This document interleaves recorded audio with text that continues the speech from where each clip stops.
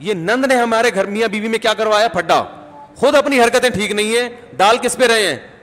کوئی جٹھانی پہ ڈال دے گا, کوئی نند پہ ڈال. ایک نیا جنگ اب نند سے, پہلے دو آپس میں لڑ رہے تھے, اب تیسری جنگ بھی شروع کہ اس نے کیا ہے. تو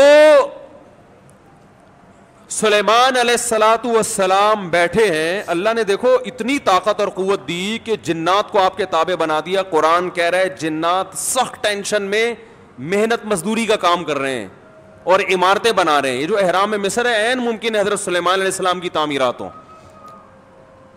اتنی ٹینشن میں جنات, اور ادھر سلیمان علیہ السلام ایسے عصا ہاتھ میں لے کے بیٹھے ہوئے ہیں. اور قرآن کہتا ہے فلما قضینا علیہ الموت, ہم نے موت کا فیصلہ کر دیا. کیسے عجیب انداز ہے. ارے بھائی یہ تو بادشاہ پہلے بیمار ہوتے, اپنا جانشین کسی کو بنا کے جاتے, اور ان کی تو صحت بھی ایسی کہ حدیث صحیح بخاری میں 100 بیویاں ہیں. بھائی کمزور آدمی تو تصور صحیح کیا ہو جائے گا, ڈپریشن میں چلا جائے گا. کیا خیال؟ تو کیا خاندانی صحت ہوگی. پیغمبروں کو تو اللہ نے ویسے ہی بہت قوت دی ہوتی ہے, قابل رش صحت ہوتی ہے پیغمبروں کی. جنگ میں کمانڈر رہے ہیں, لڑائیاں لڑی ہیں جنگوں میں, اتنی زبردست صحت. اور بھائی آپ کی موت سے پہلے تو اللہ آپ کو بیمار کرتا, پھر علاج ہوتا, پھر طویل عرصہ, پھر بھائی نہیں بس اللہ نے موت دینی تھی تو دے دی, ایسے ہوتا نا. نا نا نا نا. اور پھر اتنی جائیدادیں, اتنا سب کچھ, تو پہلے اس کا سارا کیا کر لیتے, بانٹ بوٹ لیتے, جانشین بنا لیتے, میرے بعد یہ میرا خلیفہ ہے, یہ فلانا ہے, ڈمکانا ہے. ہو سکتا ہے سب کو یقیناً کیا ہوگا پہلے سے آپ نے, لیکن ہمارے ہاں یہ سارے کام کیے جاتے ہیں جب موت کے آثار ظاہر ہونا شروع ہو جائیں. ادھر قرآن کہہ رہا ہے فلما قضینا علیہ الموت, ہم نے سلیمان کو موت دینے کا ارادہ کیا. اور کس وقت؟ جب وہ بیٹھے ہوئے تعمیراتی کام کروا رہے ہیں جنات کے ذریعے اور انسانوں کے ذریعے. اور اللہ فرماتے ہیں ایسے فرشتہ آیا, روح نکال کے چلا گیا. انبیاء کا جسم موت کے بعد بھی خراب نہیں ہوتا. مرزا غلام احمد قادیانی کی قبر کھول کے دیکھو, اگر ایک ہڈی بھی بچی ہوئی ہے نا, ایک ہڈی بھی اس کمبخت کی باقی ہے, تو جو سزا دینا چاہو آپ دے سکتے ہو. سمجھ رہے ہو؟ نبی کی کا جسم کبھی بھی خراب نہیں ہوتا. قادیانی ہو سکو اس کی ایک دفعہ قبر کھول کے دنیا کو دکھا دو بس تم. انبیاء کا جسم خراب نہیں ہوتا. تو قادیانی ہو سکتا ہے یہ گستاخی کریں کہ نبی صلی اللہ علیہ وسلم کی تو قبر کوئی کھول نہیں سکتا.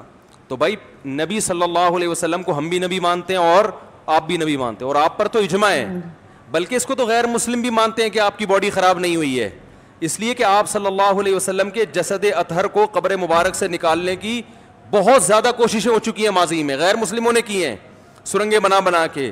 اس کا مطلب ان کو بھی پتا تھا کہ جسم کیا ہے, سلامت ہے. تو انبیاء کا جسم کبھی بھی خراب نہیں ہوتا. تو قرآن کہہ رہا ہے ادھر ٹیک لگا کے بیٹھے ہوئے سلیمان علیہ السلام, جسم سے روح نکلی ہے, اور پتہ نہیں کتنے دنوں تک اسی طرح ایسے ہی رہے ہیں. وہ چونکہ اس طرح سے ٹیک لگی ہوئی تھی کہ گرے نہیں ہیں. اب دیمک نے کھانا شروع کیا سلیمان علیہ السلام کی لاٹھی کو. ما دلہم علی موتہ الا دابۃ الارض تأکل من سأتہا. اللہ فرماتے ہیں زمین پر رینگنے والے کیڑے نے جب لاٹھی کو کھانا شروع کیا ہے, تو کتنے دن لگتے ہیں کیڑے کو لاٹھی کو کھانے میں. تو جب لاٹھی کو اتنا کھا لیا کہ بیلنس آؤٹ ہو گیا, تو سلیمان علیہ الصلوۃ والسلام زمین پر گر پڑے. پھر جنات کو پتا چلا کہ بھائی ان کا تو بہت دن پہلے انتقال ہو چکا ہے.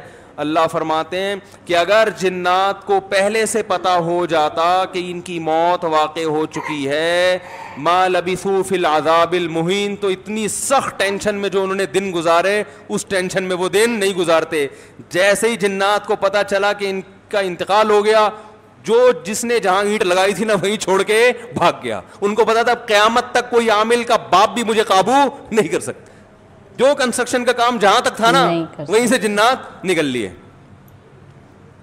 ورنہ سلیمان السلام 2-4 عاملوں کے ذمے لگا کے چلے جاتے, بھائی میں کسی بھی وقت دنیا سے جا چکا ہوں, جا سکتا ہوں, تو ان کو ذرا پکڑ کے واپس لانا, جو 2-4 اینٹیں رہ گئی وہ تو لگا دیں ہیں بھائی. یہ قرآن کے الفاظ بیان کر رہا ہوں. ما لبثوا فی العذاب المہین. اللہ فرماتے ہیں کہ جنات کو پہلے سے پتا ہوتا نا کئی دن پہلے ان کا انتقال ہو چکا ہے, تو یہ اتنی سخت ٹینشن میں نہ ہوتے. وہ تو یہی دیکھ رہے ہیں, یہ ہماری نگرانی کر رہے ہیں ایسے, کیونکہ چہرہ بھی بالکل اسی طرح, چہرے پہ رونق اسی طرح جیسے زندگی کے آثار ہوتے ہیں, بالکل وہی کنڈیشن.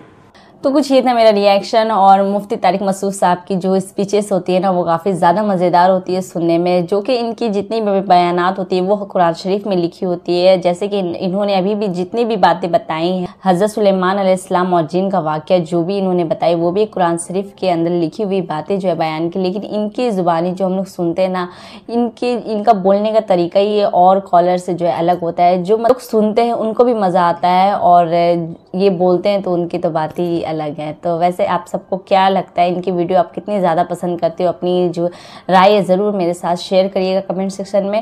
اور ایسے ہی میرے ویڈیو ریئیکشن دیکھنے کے لیے میرے چینل کو سبسکرائب کر دیں. ویڈیو اچھی لگی ہو تو لائک ضرور کریں. پھر ملتے ہیں ایک نئے ویڈیو ریئیکشن میں, تب تک کے لیے اللہ حافظ. دعا میں ضرور یاد رکھیے گا. Bye bye.